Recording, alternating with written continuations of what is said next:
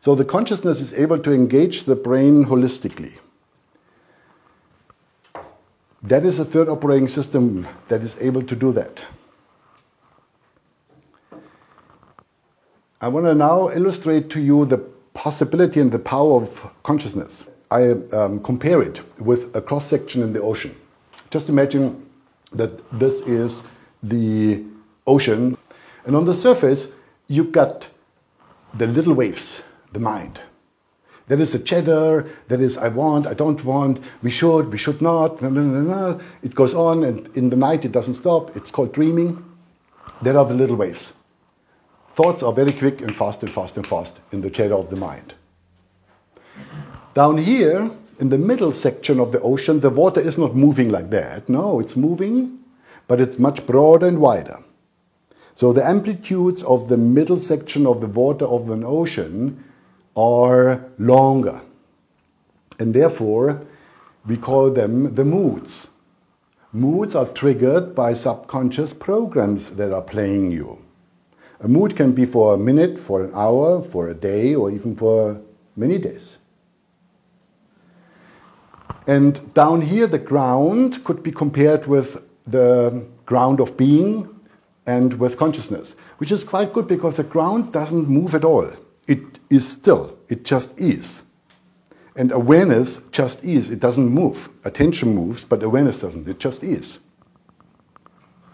So when you now put that into practical terms, let's say your mind says, let's get financially in a healthier condition.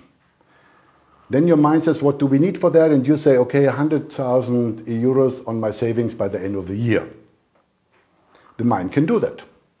And then you make a decision and say, let's do that. You must make a plan now. And let's say part of the plan is that you need to get 2 hours, you need to get up 2 hours earlier every morning in order to particular actions that get you the more money in. So you set your alarm clock instead of 7, now you have to get up at 5.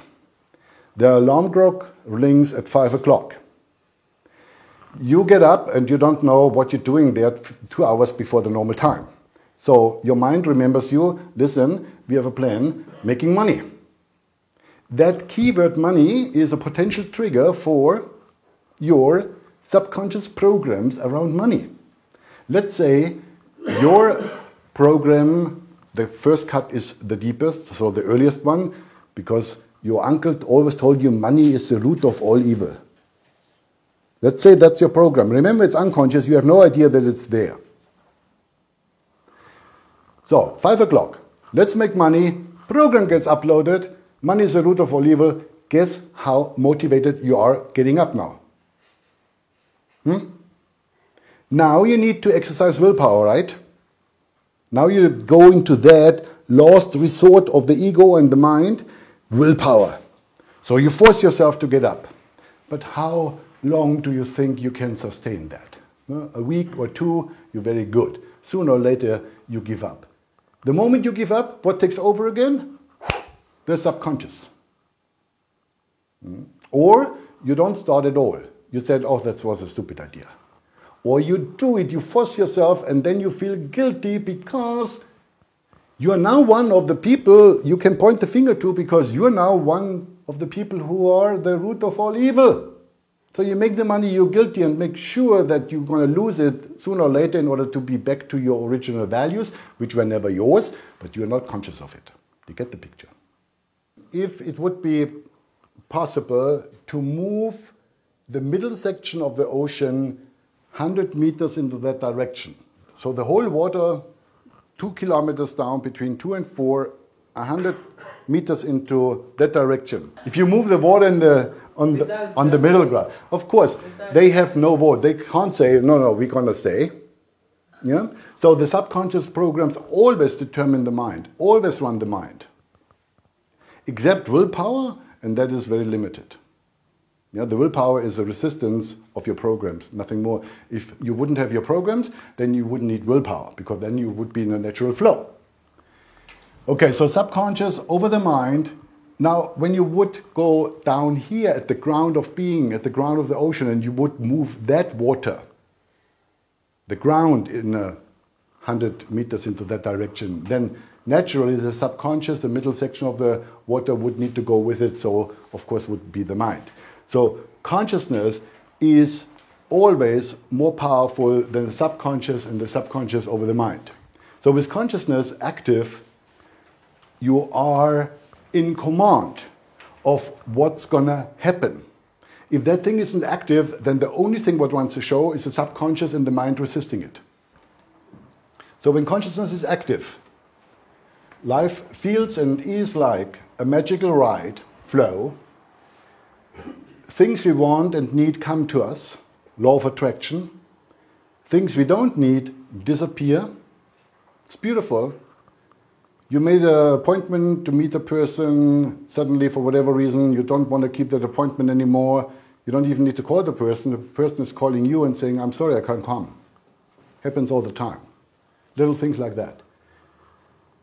Parking spots never going to be a problem again. If you need to make an appointment on time, there's suddenly no traffic jam, where usually always a traffic jam is. So your reality is starting to suddenly dance in alignment with what you are having as an intention of action. It's a beautiful system. So what would become available to us is the power to deliberately attract. I don't know whether you read the book The Secret or saw the movie. Yeah, some of you? Okay. All right. So the 5 minutes in the morning visualization is quite nice and wonderful. But if you sit there 5 minutes in the morning, every single morning, and have your red Ferrari in mind, I promise you the thing will not show up. Not as yours. Why? Because you are doing it from the mind. You're making waves up there and expect the ground of being to change. It's ridiculous. Even if you are fiddle around with the subconscious programs, and if you manage to get them a little bit out of the way, it still isn't going there where manifestation happens. And manifestation only happens in the here and now in the ground of being. So if you would have that active and you do your deliberate attraction exercises in the context of consciousness, then we are talking about a whole different execution of power. Then suddenly the magic kicks in. But I don't remember having read that in the book. The power to see clearly. Seeing is a beautiful art, and we don't have time to go into that tonight. But it's very different from thinking. See, when you see something clearly, you don't need to make a decision. It's clear. You see it. Yeah, what we see, not through the mind that would be thinking, but what is clear is clear. There is no choice. Yeah? Clarity has no choice. And the power to create. Now, the power to create is something very special, something very beautiful. I want to go into that. But before we look at creation, we need to look at change, because the two are often confused. Change is that what the mind, the first operating system, is anticipating and using in order to get you what you want. If you have any problem in any area of your life, the mind's reaction to the problem is what needs to change. Then it comes up with a projection of a possible solution, then your actions are aligned with that projection to that solution, and then you may have changed something, but you wonder why it didn't make any difference. Ever experienced that you changed things, but it didn't make any difference? Like you change your partners, but you still have the same relationship problems? You change your doctor, but you still have the same health problems? You change your boss, but you still have the same financial problems? Or you change your lifestyle and you still have the problem of happiness? Because now you are having your Bentley and your 500 square villa, and now you're only suffering in more luxurious circumstances. So many things that we change, we see that it doesn't make any difference. So change is a limited instrument. And if you don't have anything else available, you're going to be hunting hallucinations. And if you reach the hallucination, you're going to stand there as empty as you were 1 kilometer before, because it didn't turn out the way you thought it would. So obviously we're pointing to something that needs to come to the party as an alternative. So change is something from something. It's always looking at the problem and then taking the problem, the energy, the material, whatever it is, and make it into something new. That new, however, is made of the old. It's just a new shape, a new form. That's why it doesn't make a difference. See, creation is something from nothing. Literally nothing.